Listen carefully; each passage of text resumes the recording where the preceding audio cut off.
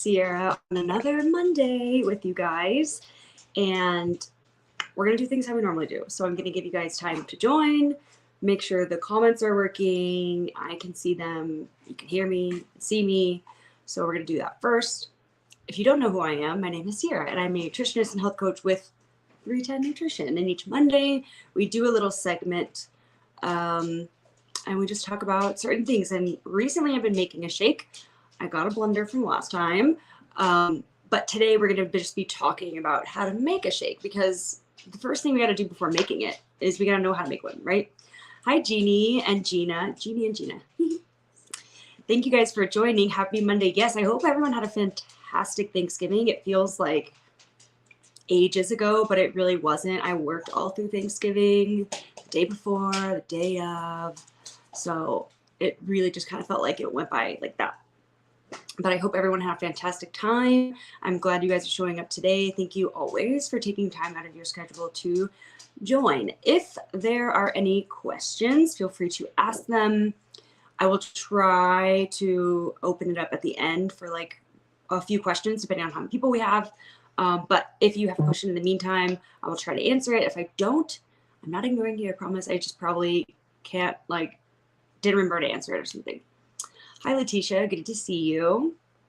Okay, so today we're going to be talking about arguably one of the most important topics when it comes to shakes, and that is how to make a 310 shake. I want to say perfect, but nothing's perfect. But how to make a good shake that you will enjoy, right? And there's a few different things to this, so I'm going to try to knock them out one by one. I wrote them down, so if you see me referencing over here, it's because I want to make sure I don't forget anything. Mine goes number one, super important to remember, you guys, there is no single right way to make a shake. Okay, so you can have a 310 shake that's a chocolate and make it 1,000 different ways. You can have any shake flavor and make it any different way, and that can be the right way. Okay, so just know that there's a million different ways, and the most right way is what works for you, something that you enjoy, something that helps you to feel satiated, something that allows you to have your 2 shakes a day in place of whatever 2 meals you'd like, something that works for you. And that may be a little bit different for everyone. So that is why there is no single right way, okay? Because there's a million different ways, and really the most right way, again, is what works for you. And what works for you and what works for me may be totally different, but that's okay, because it's about finding what works for the individual in drinking the shake. Something important to remember, as amazing as 310 shakes are, and they are amazing, especially like these fall and winter flavors, or holiday season flavors, I guess I should say, they're only a piece of the posted about this before. I've posted recently, but in the community I've posted about this. And while the shakes are very important and they're extremely helpful, hi Maritza, hey, good to see you. Not the only part of this journey, right? So don't stress yourself out. Number one, you shouldn't stress yourself out over making the perfect 310 shake, because the perfect 310 shake for you may look different each time, or may look different from time to time. But also, don't put so much emphasis and stress on the shakes that you're, like, oh my gosh, the shake has to be perfect, that you're kind of forgetting your other meals and your snacks too, right? Because those are all pieces of this journey. So while the shakes are extremely helpful and extremely beneficial, make sure that your sole focus is not there and there alone. Okay, perfect. And again, the best shake is the one you like and you will drink, right? Again, it may look different than somebody else. Like your friend may love avocado in their shakes, and for them that works. For you, you don't like it. You're just not a fan of avocado. You don't like it for whatever reason. So for you, a perfect shake is probably not going to include avocado, right? So the best, the most best, the bestest, the most best, I don't even think that's a word, but the best or the most right shake is what you will drink, what you like. Because if you've ever tried to do something where you're like, oh, I'm going to follow this meal plan, which any meal plan that's out there that's like, oh, eat this and wait, you should be very wary of that, because there's no such thing as one fits all meal plan, right? But if in the past you've tried those, you've had experience with that, and it's like, oh, every day you must eat chicken and rice and broccoli, and you don't like chicken or you don't eat chicken, like, how is that helpful, right? You're going to force yourself to eat something that you hate.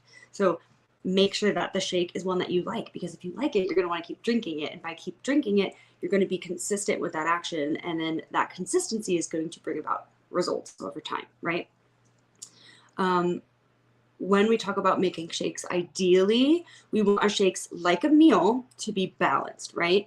So the shakes themselves already have 15 grams of protein. So it's a high protein food all on its own.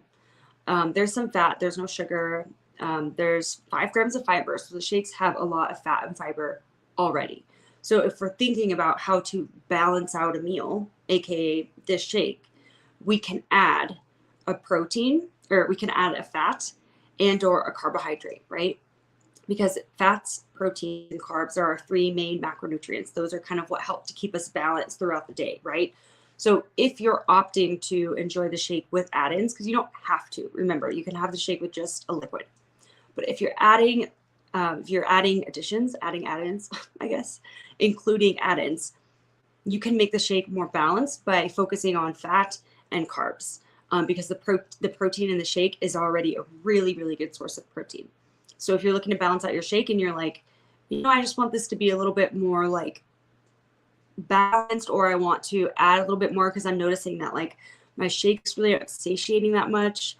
Maybe I'm hungry within like an hour or 2 hours, which again, this is so subjective because depending on your schedule and the amount of food you eat at a time, you may be eating every 2 hours, right? Because you may be eating really, really small meals. Some people medically need to eat very, very small meals for one reason or another, right? So just keep in mind what is appropriate for you and your body, right?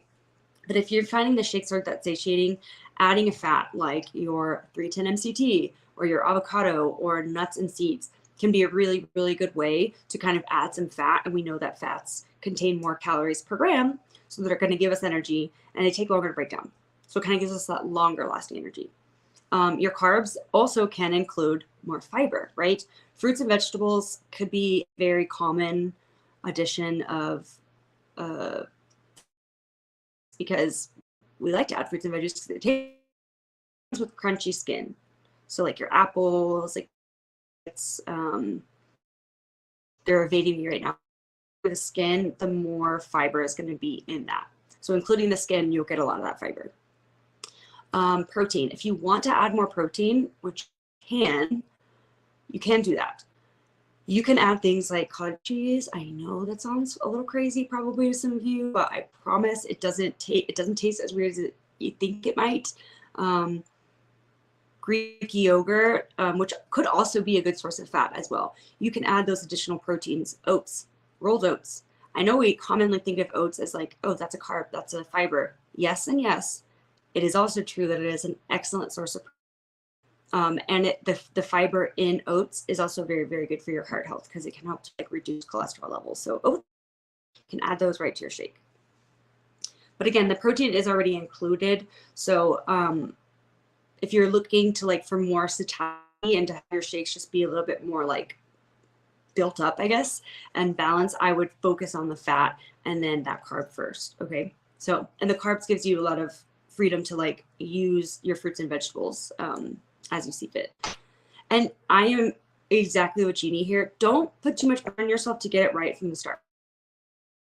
It's okay to make a shake and be like, oh, well, I didn't really love that combo, and then try something else, and then trying this with different ingredients or trying the same flavor base, right? Because you may not know what you like right away, and that's okay. But you just try something else until you do find what you like. And the shakes are so versatile that I really believe there's at least one recipe out there for everyone.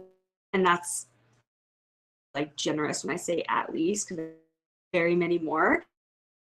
But you don't have time experimenting. Really fun you to find stress on yourself or press yourself to get it right from the start, right? Because you may need some time to figure out what you like, and that's fine. Finding a base. So the base, the liquid of your shake, right? So if I'm making with Z liquid, right? You can use any of your choice. Milk, regular milk, almond milk, dairy milk, cashew milk, water, coffee, anything that you'd like. Now, you add different ingredients, yes, it's going to change the nutrition content of your shake. I use water. Number one, I'm not going to have really much in the way of nutrition because it's just water, but I'm going to save on calories. Where if I add regular almond milk, I'm going to add more calories, but also add nutrition, but still not, it's not going to have as much protein or something as like a berry, right? So there's always, pretty much always, pros and cons to most foods. So don't stress too much being the perfect base health-wise, because again, that can be different for everyone. And if you're not sure where to start with something you like. If you know that you're a fan of coffee, try making your shakes with coffee, because two birds, one stone. If you know that you like almond milk because you've had it before, maybe you eat it with your cereal or something, then try almond milk. And if you're super unsure, take a little bit of each shake powder, like half a scoop, and mix it in its own like cup with a liquid that you want to try, and see how it tastes with just the liquid in the shake. Because if you like that, that could be a good starting point to then add other stuff, right? So, hi Maria, good to see you. So choosing a base, number one, that you already know you like, or number two, kind of familiarizing yourself with that base first. And again, yeah, the nutritional content of your shake is going to change if you use almond milk or coffee or whatever, but that is such a small portion of what's going on, right? Because if we're focusing solely on the shakes base, we seems like, yeah, break it, right? Because this is everything. But we know that shakes are just a piece of the journey. So if we're not putting all of our eggs in that basket, or all of the shakes in that shaker cup, I don't know. I tried to come up with something there. Didn't work. We know that it's a very small piece of the journey. So if we're trying to find a base and we're like stressing over it, just use what you know. And if you don't know something, then try something that you haven't tried alone and see how that goes. Hopefully that makes sense. Water, I used water for a very long time, and then I started coffee more, and I started coffee. So now, because I have it, maybe you won't like both, but the only way you're gonna know is until you try. And don't be afraid to experiment, because again, there's nothing wrong with not knowing what you like right away, because many of us don't if we've never tried. And you guys, plenty of tea. I mean, I wish I could put it in so many for recipes in the community, the guides in the community, on the, if you guys don't know, we have a fantastic blog, recipe blog on the website, 310nutrition.com. You hit the learn tab and it'll give you options. It'll say recipes. You can go right to the recipes page and sort by flavor. Sort by, do I want a hot shake? Do I want a cold shake? Do I want a coffee shake? Do I want a dessert type shake? Do I want, like you can sort through all these things and find exactly what you're looking for right on the website for free. Okay, so there's tons of recipes out there. So if you're like, I just don't know where to start, like I'm not creative, try one of those recipes on the website or in the community. Or if you've ever been to like a Jamba Juice or something similar, like that you get like the strawberry banana or whatever, try that. Try making a strawberry banana, and whatever is on there, if they use yogurt, strawberry banana, and like milk, then you can try almond milk and Greek yogurt and strawberry and bananas, right? So there's so many different ways to approach it, but I agree. I definitely think the blog is amazing. There's so much on there, and it's just super helpful that you can sort through like exactly what you're looking for. So you don't have to looking through like chocolate if all you're looking for is like pumpkin spice or something. So that, my friends, is how to make a shake. And I know it's not like black and white. Maritza says, I find that when I incorporate vegetables and fruits, that oats or sweet potato, my shakes keeps me full. These avocados, exactly. See, and the only way, this is amazing, Maritza, thank you for sharing that. And the only way you know that is if you tried it, right? And it's not to say that a shake that you didn't have oats or sweet potato or whatever in wasn't a good shake. It just maybe wasn't the best shake for you. But in order to find the best shake, you have to kind of go through different things, right? And once you find it, you're going to know, like, you're going to feel it. You're going to be like, yep, I feel this energy. I feel satiated. I feel like, you know, my brain space isn't constantly occupied by food. This is good. This is good. And then you can repeat that and try different things until you find something else that you like, right? So not to say that any shake you make that isn't the right one for you from the start is bad. It's just, it's getting you there, right? It may not get you to the end, but it's getting you there. So it's all part of the process, you guys. Patience and persistence, perseverance is something we have to remember over and over again. The blog. So you'll go to 310nutrition.com. I'm going to pull it up so I can actually like visually walk you through it because I am a visual learner. 310nutrition.com is our website. If you go to the, like at the very top when you open it, there will be some little links at the top that's shop, and then subscribe and save, testimonials, learn, rewards, login and register. You click the learn tab, which is the 4th tab. You click learn. And even if you hover over it, it'll show you community. It'll show you a link for recipes, and it'll show you a link for blog.